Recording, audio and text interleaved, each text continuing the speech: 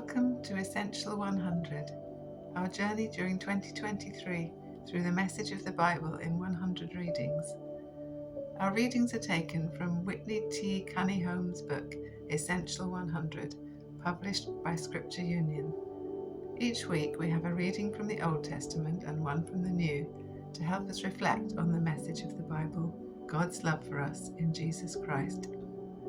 Today, we're encouraged to read Genesis chapter 37. You might wish to read through the whole passage today, as well as listen to these verses from it now. But first, an opening prayer for today from the book.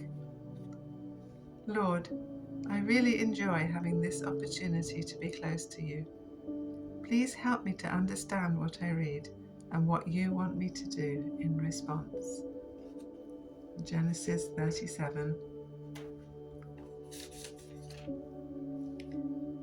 This is the account of Jacob's family line. Joseph, a young man of 17, was tending the flock with his brothers, the sons of Bilhah and the sons of Zilpah, his father's wives, and he brought their father a bad report about them. Now Israel loved Joseph more than any of his other sons, because he had been born to him in his old age, and he made an ornate robe for him. When his brothers saw that their father loved him more than any of them, they hated him and could not speak a kind word to him. Joseph had a dream, and when he told it to his brothers, they hated him all the more. He said to them, "Listen to this dream I had. We were binding sheaves of corn out in the field, when suddenly my sheaf rose and stood upright, while your sheaves gathered round mine and bowed down to it." His brothers said to him, "Do you intend to reign over us? Will you actually rule us?" And they hated him all the more because of his dream and what he'd said. Then he had another dream, and he told it to his brothers. "Listen," he said, "I had another dream, and this time the sun and moon and 11 stars were bowing down to me." When he told his father as well as his brothers, his father rebuked him and said, "What is this dream you had? Will your mother and I and your brothers actually come and bow down to the ground before you?" His brothers were jealous of him, but his father kept the matter in mind. Now his brothers had gone to graze their father's flocks near Shechem, and Israel said to Joseph, "As you know, your brothers are grazing the flocks near Shechem. Come, I'm going to send you to them." "Very well," he replied. So he said to him, "Go and see if all is well with your brothers and with the flocks, and bring word back to me." Then he sent him off from the valley of Hebron. When Joseph arrived at Shechem, a man found him wandering around in the fields and asked him, "What are you looking for?" He replied, "I'm looking for my brothers. Can you tell me where they're grazing their flocks?" "They've moved on from here," the man answered. "I heard them say, 'Let's go to Dothan.'" So Joseph went after his brothers and found them near Dothan. But when they saw him in the distance, and before he reached them, they plotted to kill him. "Here comes that dreamer," they said to each other. "Come now, let's kill him and throw him into one of the cisterns and say that a ferocious animal devoured him. Then we'll see what comes of his dreams." When Reuben heard this, he tried to rescue him from their hands. "Let's not take his life," he said. "Don't shed any blood. Throw him into this cistern here in the wilderness, but don't lay a hand on him." Reuben said this to rescue him from them and take him back to his father.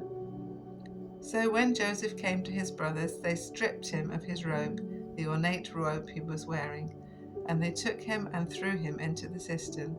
The cistern was empty, there was no water in it. As they sat down to eat their meal, they looked up and saw a caravan of Ishmaelites coming from Gilead. The camels were loaded with spices, balm and myrrh, and they were on their way to take them down to Egypt. Judah said to his brothers, "What will we gain if we kill our brother and cover up his blood? Come, let's sell him to the Ishmaelites and not lay our hands on him. After all, he is our brother, our own flesh and blood."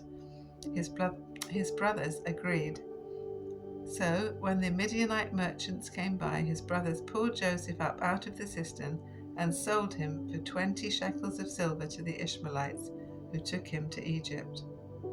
When Reuben returned to the cistern and saw that Joseph was not there, he tore his clothes. He went back to his brothers and said, "The boy isn't there. Where can I turn now?" Then they got Joseph's robe, slaughtered a goat, and dipped the robe in the blood. They took the ornate robe back to their father and said, "We found this. Examine it to see whether it is your son's robe." He recognized it and said, "It is my son's robe. Some ferocious animal has devoured him. Joseph has surely been torn to pieces."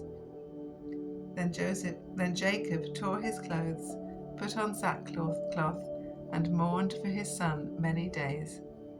All his sons and daughters came to comfort him, but he refused to be comforted. "No," he said, "I will continue to mourn until I join my son in the grave." So his father wept for him. Whitney Cunningham writes in his book, "It doesn't take a genius to figure out why this family had problems. As with most sibling rivalry, it's rarely the fault of only one person. When things go wrong, we tend to remember the big row, but it usually takes some time for tensions to get to boiling point. Let's take a look at what caused things to heat up in Joseph's family." And then he goes on to list the issues that Joseph's family is dealing with. And first of all, he mentions favoritism, possibly because Joseph was one of the sons of Jacob's beloved wife Rachel, who had died long ago, so he seems to have been treated better than his brothers. And then this went along with arrogance. Joseph boasts to his family about his dreams, and the response of his brothers was jealousy, which turned to hatred as they saw an opportunity to get rid of him for good. And these issues are, of course, still alive and well in many families in our day, along with many other issues. And I wonder what issues we're dealing with today in our own relationships. Even if no one is threatening to kill anyone, there are likely to be hurts, misunderstandings, selfishness, and a lack of love. But God is in the business of redeeming relationships, and this story will eventually end in reconciliation. And it will be seen that God had a plan all along. So if God can do that in Joseph's family, then it gives us hope that he can also do it in our families and other relationships. So I wonder where he wants us to start and what step we need to take next. And there are some questions in the book for us to consider. What causes tension and conflict in your family or other relationships? And how could you express genuine love to the ones who need it most? And a prayer to end. Father, I'm so thankful that you love me. Help me to truly love the people around me, especially those in my family. Amen.